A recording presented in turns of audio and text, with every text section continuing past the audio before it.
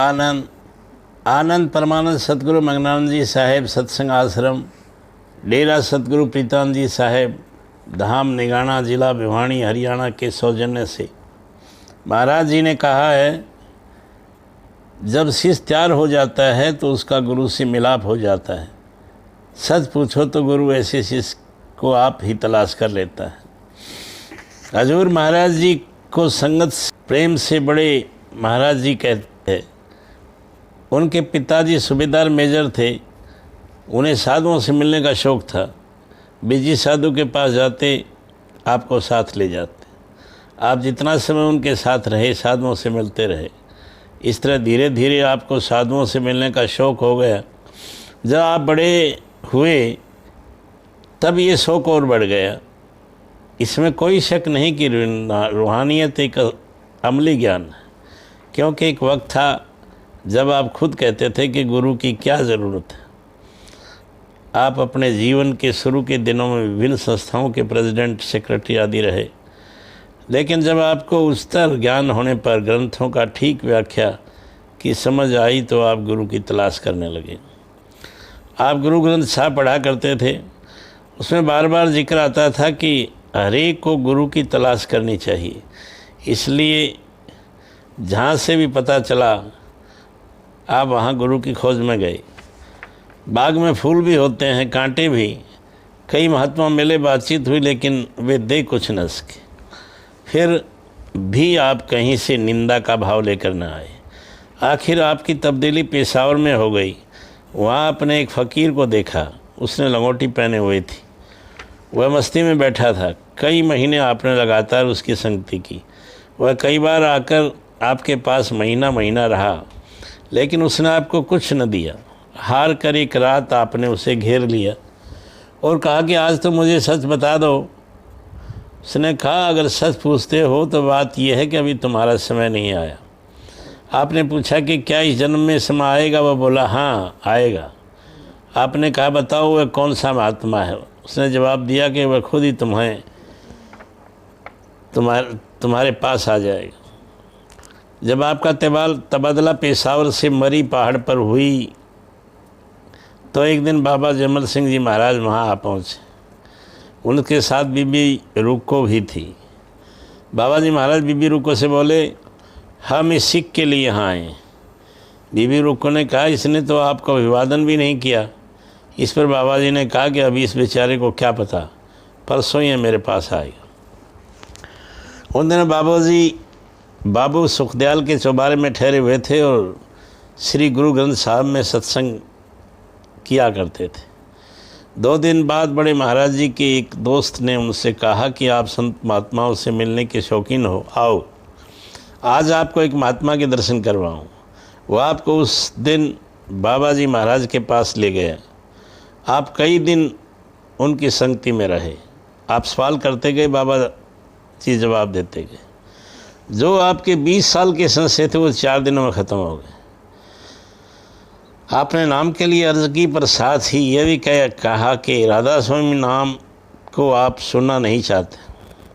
वह नया लफ्ज़ आपके दिल में न डाला जाए। बाबा जी महाराज ने पूछा, क्या कोई वाणी तुम्हारे नितनेम में है? आपने कहा, जी जपू जी साहब और जाप साहिब मेरे नितनेम में है। बाबा जी कहने लगे कि जाप साहब में गुरु गोविंद सिंह जी ने मालिक के कितने नए नाम रखे हैं? आपने कहा, जी गिने तो नहीं, लेकिन ख्याल है कोई 1200-1400 होंगे। तब बाबा जी महाराज कहने लगे, अगर एक महात्मा ने वाहोई गुरु को एक और नाम राधा स्वामी रख दिया तो क्या जुल्म हो गया। वहाँ स्वामी जी महाराज की पोथी राधा स्वामी सार वचन छंद रखी हुई थी। बाबा जी महाराज ने उसमें यह पंक्तियाँ पढ़कर सुनाई, राधा आदि सूरत का नाम, स्वामी आदि शब्द निज धाम।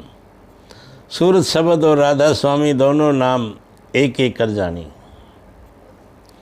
बाबा जी महाराज ने कहा कि सूरत शब्द का यही मार्ग गुरु ग्रंथ साहब का है और यही स्वामी जी महाराज कह रहे हैं। एक राधा का लफ्ज़ ज़्यादा रखा है। राधा का अर्थ है रूह या आत्मा और स्वामी का अर्थ है मालिक यानी परमात्मा।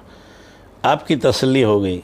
फिर जो दात बाबा जी ने बख्शी थी आपको बख्श दी। आप 10 दिन को छुट्टी लेकर उनके पास रहे। आपके जोर भी संशय थे, उन्होंने इस समय के दौरान दूर कर दी। सो गुरु के बिना वाणी को भी समझ नहीं आती। आनंद। बुल्ले शाह ने कहा है, बुल्ले शोहन साथी वख नहीं, बिन सोदी दूजा कख नहीं, पर वेखन वाली अंख नहीं, ताही जान पई दुख सहंदिए। बहुत समय पहले का जिक्र है। एक बार बड़े महाराज जी शिमला गए। 2 सत्संगी, भाई कान सिंह और भाई मगर सिंह आपके साथ थे। कुछ लोग आए और सत्संग में बैठ गए। श्री गुरु ग्रंथ साहब के शब्दों पर सत्संग हो रहा था।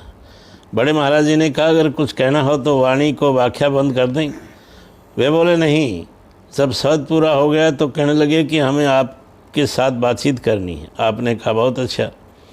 उनमें से पहले एक ने और फिर दूसरे ने हजूर से बातचीत की। पहले ने कहा कि अंदर बाजे तो नहीं बजते।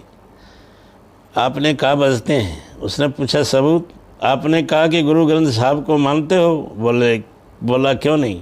आपने कहा सुनो, गुरु ग्रंथ साहब का कथन है, घर माही घरो दिखाई दे सो, सतगुरु परख सुजानो, 5 शब्द धुनि कार धुनि, तब बाजे शब्द निशानु।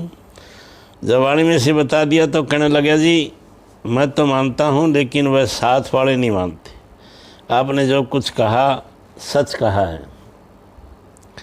दुनिया में सब प्रकार के लोग होते हैं। सत्संग में कुछ लोग तमाशा देखने के लिए आते हैं और कुछ बहस करने का खोटा ख्याल करने आते हैं। ये लोग तो चले गए, पर संगत में कुछ और लोग बैठे थे, जिनमें एक अभ्यासी भी बैठे हुए थे, जैसे सरदार जगजीत सिंह और उनकी धर्मपत्नी और भाई कीर सिंह की धर्मपत्नी वगैरह वगैरह। जब वे लोग चले गए तो सरदार जगजीत सिंह बोले कि हजूर, जब आप बातें कर रहे थे तो आपके पास सतगुरु बाबा जयमल सिंह जी खड़े थे। उनकी पत्नी ने भी यही बात कही। इस प्रकार भाई कीर सिंह की पत्नी, जो कि रूहानी सोसाइटी की प्रधान थी, बोली कि जब आप बातचीत कर रहे थे तो एक बूढ़ा बाबा आपकी मदद दे रहा था। सो सतगुरु तो हर वक्त अंग संग होते हैं। आनंद। आनंद। महाराज जी ने कहा है, आपकी चिंता और परेशानी गुरु की चिंता और परेशानी है। इन सब चिंताओं को गुरु के हवाले कर दीजिए और बेफिक्र होकर गुरु के प्रति प्रेम बढ़ाइए, जो आपका फ़र्ज़ है।